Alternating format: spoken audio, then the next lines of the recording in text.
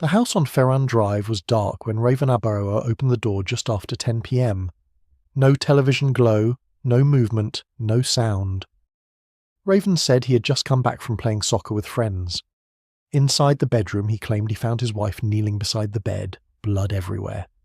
Janet Abaroa was 25 years old, pregnant with their second child and already dead. By the time emergency responders arrived, there was nothing they could do. At first, Raven told police Janet had been shot. That story collapsed almost immediately. Janet hadn't been shot at all. She had been stabbed multiple times in the chest. Blood pooled beneath her body. There were no signs of forced entry. The doors were locked. Their infant son slept unharmed in the next room. Something about the scene didn't fit. A footprint and fingerprints were discovered, but they didn't immediately match Raven or anyone else. One of Raven's knives was missing. So was a laptop. Expensive diamond rings, however, were left behind on the counter, untouched. Durham police began asking questions. Raven Abaroa and Janet Christensen hadn't always been the Abaroas of Ferran Drive. Years earlier, they met at Southern Virginia University, a strict Mormon school with rigid conduct rules and little room for distraction. They bonded over sports, both athletic, both ambitious. Janet came from a large, close-knit family, 9 siblings, and she fell hard for Raven. They married in August 2000. Not long after, they moved to Smithfield, Virginia, and later settled in Durham, North Carolina. Both found work at the same sporting goods company, Sports Endeavors. On the surface, they looked like a young family building a life together. Behind the scenes, things were unraveling. By 2003, Raven admitted to Janet that he was having an affair. In fact, there were multiple women. He told her he wanted out of the marriage. Around the same time, Janet discovered she was pregnant. Raven left, then returned, promising to change. They reconciled. Their son, Caden, was born soon after. The marriage didn't improve. Money problems piled up. Rent fell behind. Their landlord gave them a temporary break. The church stepped in to help. Even with 2 incomes, they were constantly struggling. Then everything collapsed. Sports Endeavors discovered that Raven had been stealing from the company. He had ordered 25 to 30 pairs of shoes, had them delivered to his own home, and resold them online under the username Footballer Guy. The supplier contacted the company asking why invoices hadn't been paid. When Sports Endeavors traced the delivery address, it led straight to Raven. In March 2005, Raven Abaroa was charged with embezzlement. 2 months later, Janet was dead. The night of April 26, 2005, Raven said Janet was in bed watching television when he left for soccer around 8 p.m. He claimed she was tired, drifting off, pregnant again.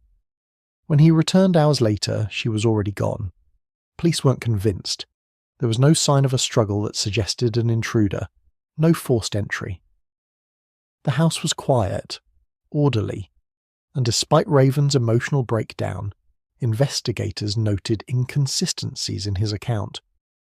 Just 1 second. Don't move my hand. I have it. And there's reasons. Where's my coffee? Okay. And we're off and running again. Okay. I don't like talking about what happened to her, and it's not because I don't love her, and it's not because I don't want to find out who did it, but it's because I have so many good memories with her that, I hate thinking about the bad times, the time that, I can't even put that image in my head right now. Like, I refuse to even allow myself to think it, because it's one of those things that, it could break a person. Oh, the what ifs. I have so many what ifs that just overwhelm me. From things like, well, what if I had gone to that other college, and never met Janet? I love her so much that I would have easily never met her, just so I would have never put her in harm's way.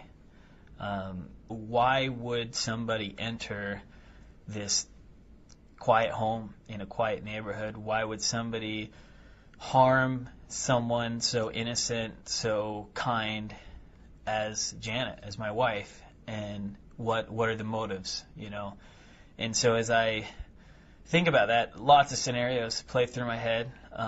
the worst scenarios are scenarios that involve me, involve, was it somebody who was trying to get back at me? Was it someone who was breaking into my home because of something I did? And if that's the case, how do you live with yourself? Because I didn't live the lifestyle that I should have been living, because that offered an opportunity for people to want to seek revenge on me or to hate me or to, just want to provide harm. And instead, they encounter my wife and they end up harming her. It's not fair. My justice comes from just knowing, understanding that plan, that why is this allowed to happen?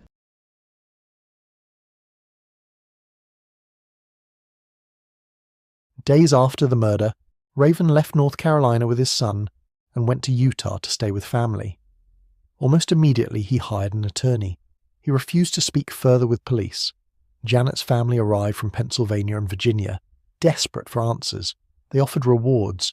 They pushed for progress. Janet was buried in her hometown in Antrim Township, Pennsylvania. Before the funeral, Raven made a phone call. Janet had a life insurance policy worth $500,000. Despite their financial struggles, Raven had always made sure the premiums were paid on time. Still, nothing directly tied him to the murder. The fingerprints and footprint didn't match him. For months, then years, the case stalled. 4 months after Janet's death, Raven pleaded guilty to the embezzlement charges. He received probation and was ordered to repay nearly $10,000. Compared to a murder investigation, it felt insignificant, but it added weight to the growing doubts around him. 2 years passed. No arrests, no closure. Police publicly confirmed that Raven Abaroa had not been eliminated as a suspect. In Utah, Raven Abaroa started over. He met Vanessa Pond and told her an intruder had killed his wife, omitting that he was the prime suspect. When Janet's family warned Vanessa, she didn't listen. Raven claimed he was being framed. They married. The marriage unraveled quickly. Vanessa later described escalating verbal, emotional, and physical abuse. He sees weakness or a woman crying. He just comes at you harder and harder. He told me how much he hated me. And how much he didn't care if I died. And he expressed how much he wanted to hit me. And he swung his hand back. And he stopped right before he hit my face. He got in my face and laughed at me. Or flinching. And then laughed. As he left the room. I then had to compose myself and... Raven minimized it, blamed her, and distorted reality. The marriage was annulled in under 6 months. Back in Durham, the case moved again in late 2009 under a new detective. Investigators revisited a small detail: contact lenses. Janet always removed them before bed. Her lens case was empty, and the lenses weren't found in the house. They were still in her eyes. Janet hadn't gone to bed as Raven claimed. Digital evidence followed. The missing laptop was never recovered, but backup CDs were. They contained a full copy of the laptop, last backed up April 25, 2005, the day before Janet was killed. Security footage showed Raven stopping at a convenience store on his way home that night. When police arrived later, he was wearing a different shirt.